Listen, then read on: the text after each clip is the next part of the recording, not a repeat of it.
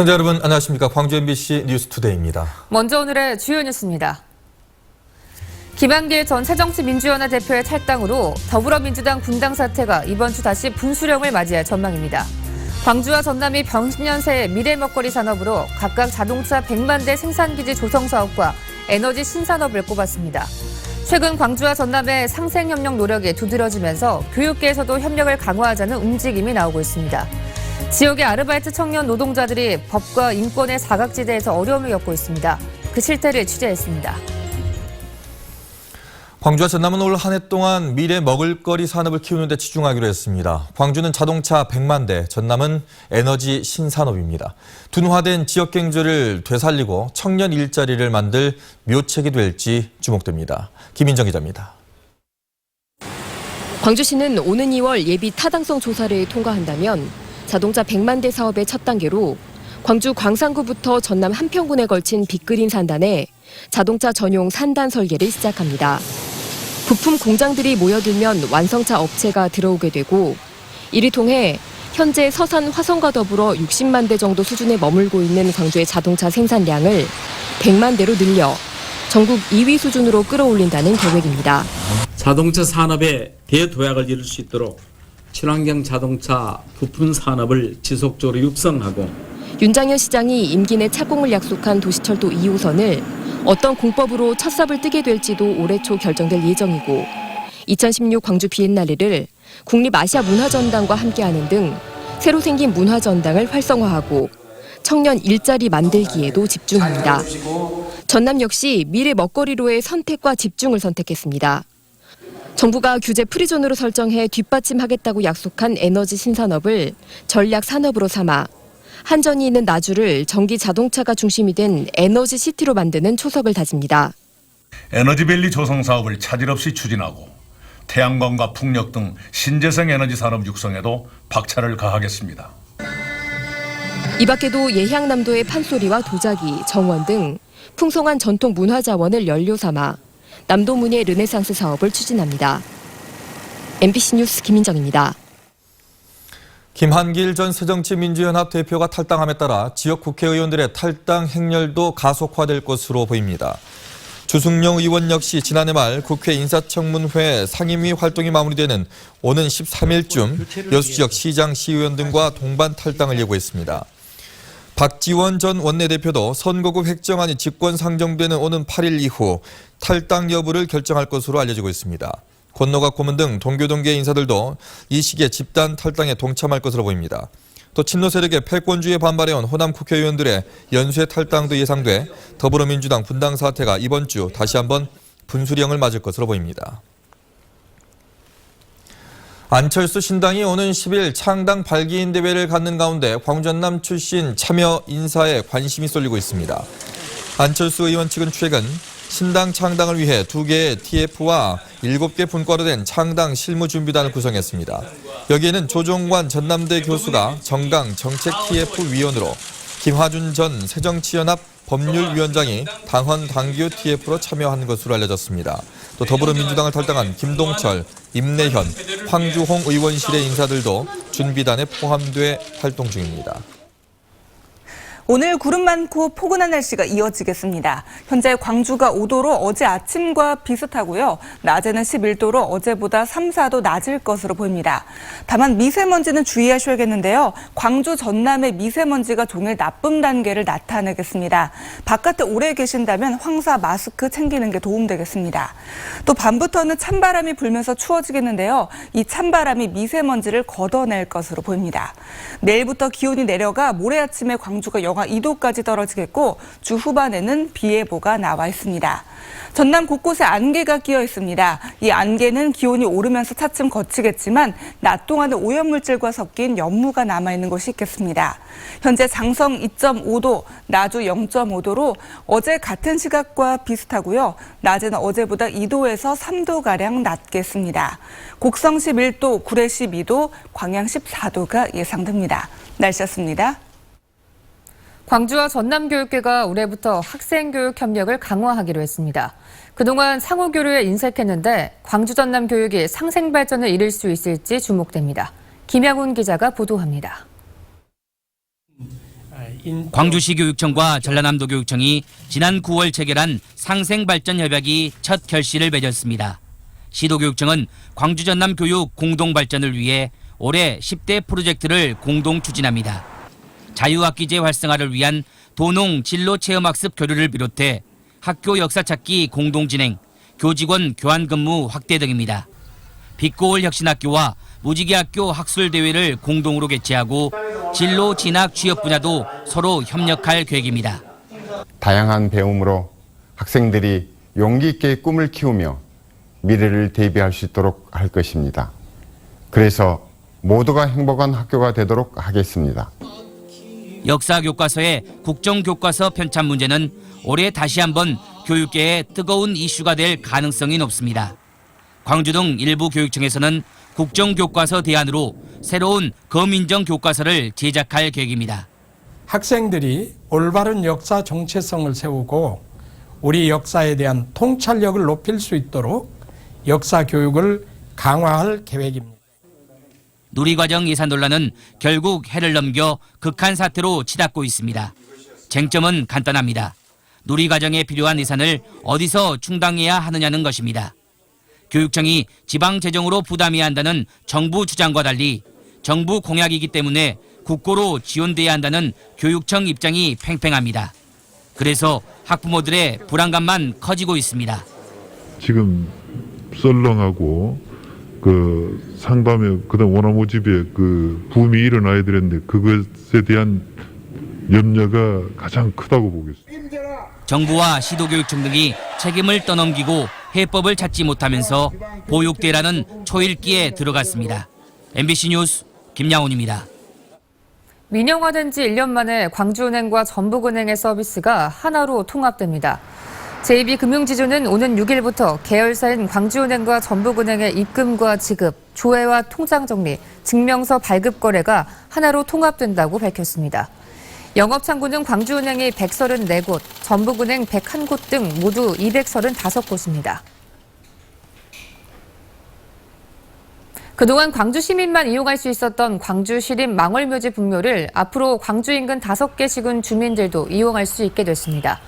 광주시는 행복생활권으로 이름 붙인 나주, 담양, 장성, 화순, 한평의 주민들에게 망월묘지 공원에 조성되는 가족봉안 평장 분묘를 개방했습니다. 분양 신청은 오는 19일과 20일 이틀간이며 광주와 인근 5개 시군에 주소를 두고 30일 이상 거주 중일 경우 신청이 가능합니다. 최첨단 미래기술이 이끌어갈 장성 나노산업단지가 준공을 앞두고 모두 분양됐습니다. 장성군에 따르면 진원면과 남면 일대 90만여 제곱미터에 조성 중인 나노산단 내 공장 용지가 92개 업체 모두 완판됐습니다.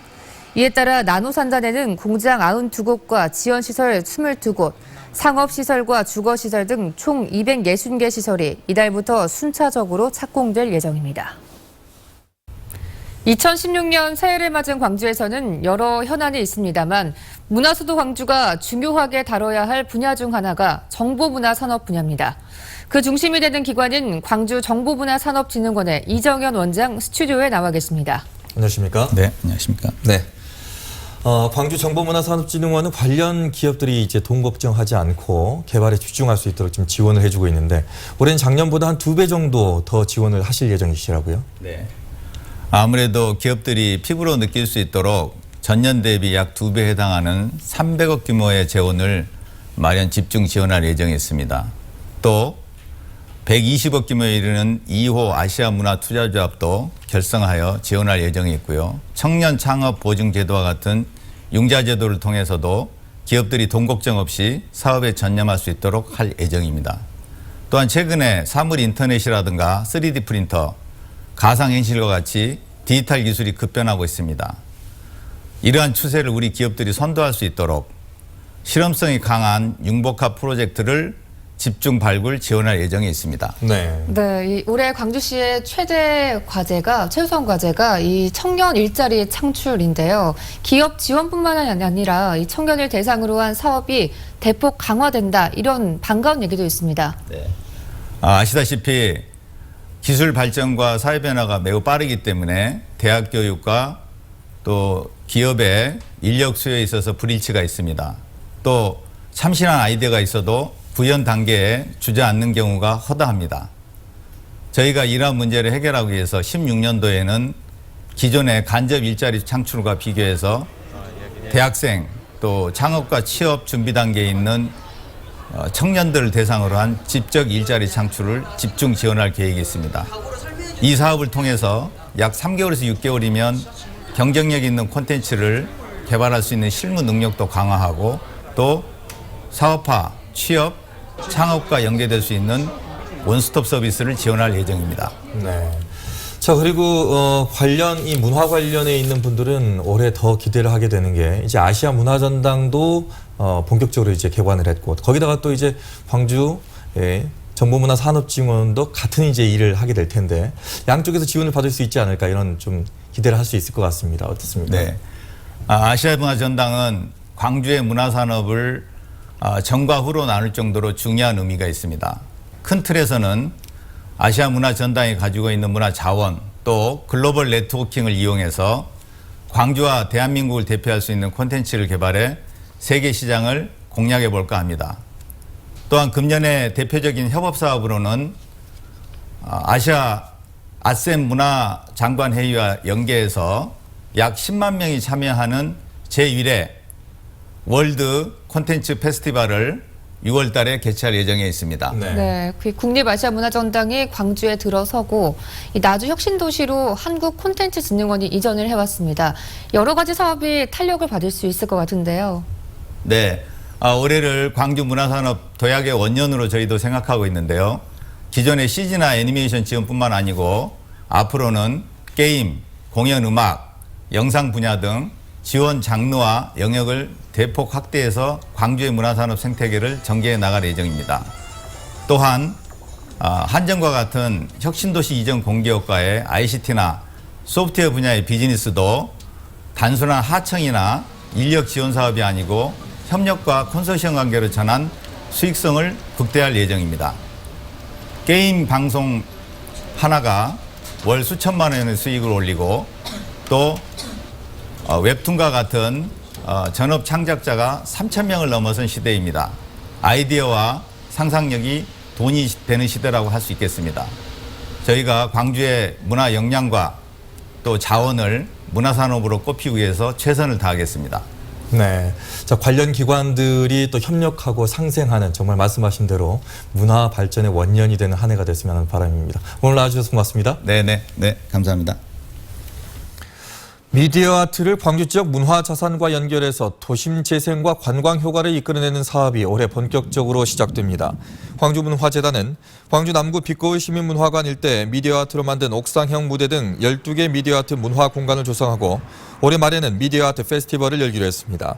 내년에는 국립아시아문화전당에서 광주공원, 양림동을 연결하는 미디어 아트 문화관광 벨트도 조성합니다. 광주 시립미술관이 기쁨 더하기, 사랑 곱하기, 행복 나누기전을 열고 지역 시민 작가와 함께하는 신년 기획 전시를 펼칩니다. 참여 작가 40여 명은 지역 작가들의 자발적 신청을 통해 선정되며 작품 주제는 새해 시민들의 건강과 행복을 기원한 내용이면 됩니다. 개막 행사는 오는 19일 미술관 본관 로비에서 열립니다. 국립공원 무등산이 탐방객 수 1,000만 명을 돌파했습니다. 국립공원관리공단 무등산 국립공원 사무소는 2013년 탐방객 396만 명, 2014년 381만 명, 지난해 11월까지 335만 명 등 국립공원 지정 이후 급증한 탐방객이 꾸준히 유지되고 있다고 밝혔습니다.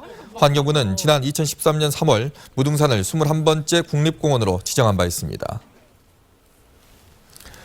지휘자 금난세 씨를 초청해서 지역 청소년들에게 클래식 음악을 소개하는 음악회가 열렸습니다. 지산 한길학원은 광주 김대중 컨벤션 센터에서 지역의 청소년과 학부모들이 참석한 가운데 지휘자 금난세 씨와 뉴월드 필하모닉 오케스트라를 초청해 베토벤과 드보르작 등의 클래식 음악을 선보이는 행사를 가졌습니다. 알바를 하는 청소년들이 겪는 어려움은 뉴스를 통해 수없이 다뤄졌는데요. 우리 지역은 어떨까요? 최근 이뤄진 인권단체 조사 결과를 보면 여수 지역 아르바이트 청소년들은 법의 사각지대에 있습니다. 권남기 기자가 취재했습니다. 여수의 한 고등학교에 다니는 김모 군은 지난 10월부터 편의점 아르바이트를 했습니다. 금요일과 토요일을 꼬박 일하며 받은 시급은 4,600원. 최저임금에 턱없이 모자랐고 업주는 법대로 해달라는 김군을 해고했습니다. 결국 인권단체가 나서 항의한 뒤에야 김군은 당연히 받았어야 했을 임금 60만 원을 손에 쥘 수 있었습니다. 최저시급 달라고 했거든요. 잘렸어요. 저 같은 학생은 3대가 밟아야 돼요. 이런 일들은 적어도 여수에선 특별한 사례가 아닙니다. 전남 청소년 노동인권센터가 이번 달 실시한 여수 지역 청소년 아르바이트 실태조사 결과 편의점과 동네 횟집부터 유명 호텔, 대형 마트에 이르기까지 대부분 근로기준법을 지키지 않았습니다.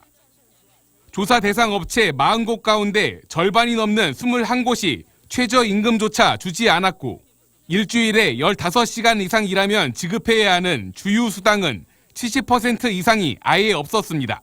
청소년이라는 이유로, 어리다는 이유로 최저임금을 포함해서 근로기준법을 지키지 않는 사업주들이 너무 많다는 거고요. 감독기관인 고용노동부는 문제의 심각성은 알고 있지만 인력의 한계 등으로 뾰족한 해결책은 찾기 힘들다는 입장입니다. 그 최저임금을 준수해야 된다.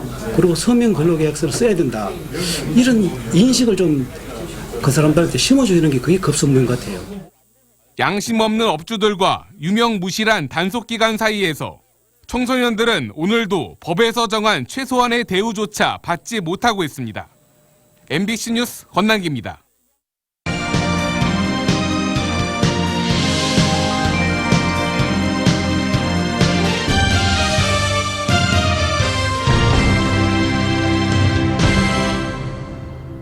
감기약을 처방받은 생후 15개월 된 남자아이가 뇌출혈로 숨졌습니다. 광주 동부경찰서에 따르면 지난달 26일 밤 생후 15개월 된 A군이 구토와 콧물, 기침 증세를 보여 목포의 한 병원에서 감기약을 처방받았지만 증세가 호전되지 않아 광주의 한 대학병원으로 옮겨졌다 나흘 만에 숨졌습니다. 경찰은 A군 부검 결과 사망 원인이 뇌출혈로 밝혀졌다며 초기 치료 시기를 놓쳐 이 같은 일이 벌어진 것으로 보고 정확한 경위를 조사하고 있습니다.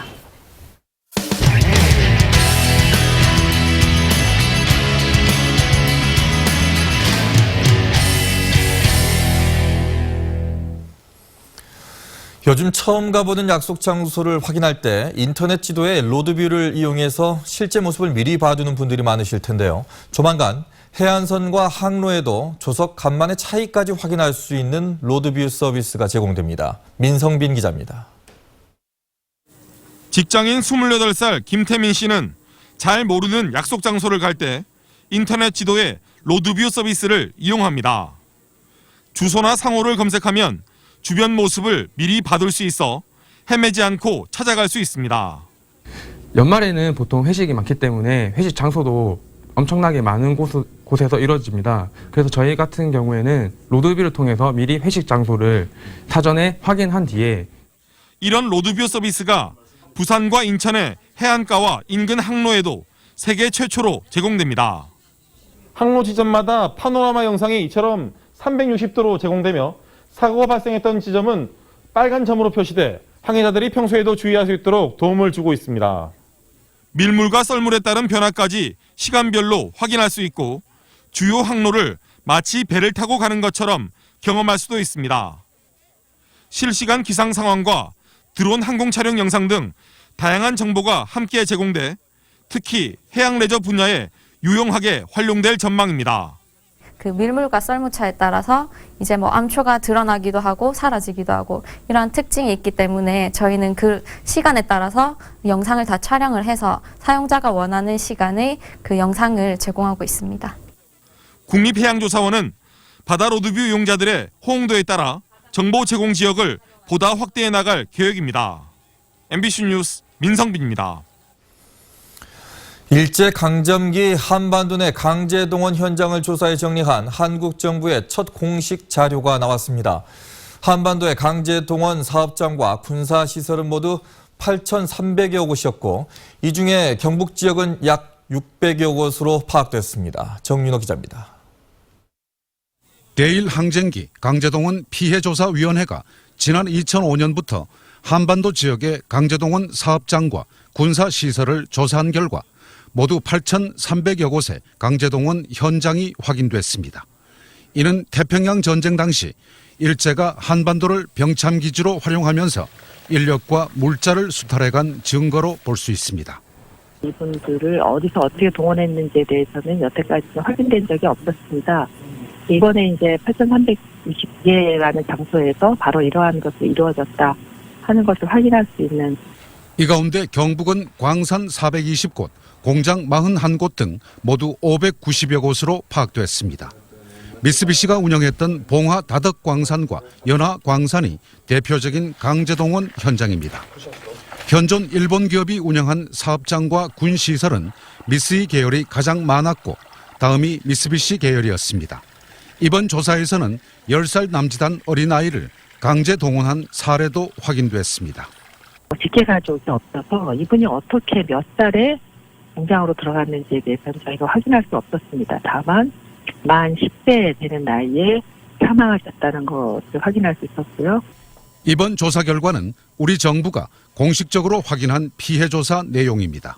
따라서 앞으로 강제동원 피해자들이 현존 일본 기업 등을 상대로 벌이는 소송에 유용한 자료가 될 수 있을 것으로 보입니다. MBC 뉴스 정윤호입니다. 프로야구 기아 타이거즈가 미국과 일본으로 전지훈련을 떠납니다. 기아는 미국 애리조나에서 오는 16일부터 2월 7일까지 1차 전지훈련을 치릅니다. 이후 2월 8일부터 3월 3일까지 일본 오키나와로 이동해 2차 전지훈련을 갖는다는 계획입니다. 2016년 시즌 시범 경기는 3월 8일에 시작하고 정규 시즌은 4월 1일에 개막합니다. 더불어민주당 복당설이 나오는 이용섭 전 의원이 북콘서트와 함께 총선 행보를 시작합니다. 이 전 의원은 오는 10일 광주 광산구 남부대 협동관에서 북콘서트를 열고 이 자리에서 20대 총선 출마 선언과 함께 앞으로의 정치 행보를 밝힐 예정입니다. 문재인 더불어민주당 대표는 지난해 9월 광주에서 이 전 의원을 최우선 복당 대상으로 꼽은 바 있습니다.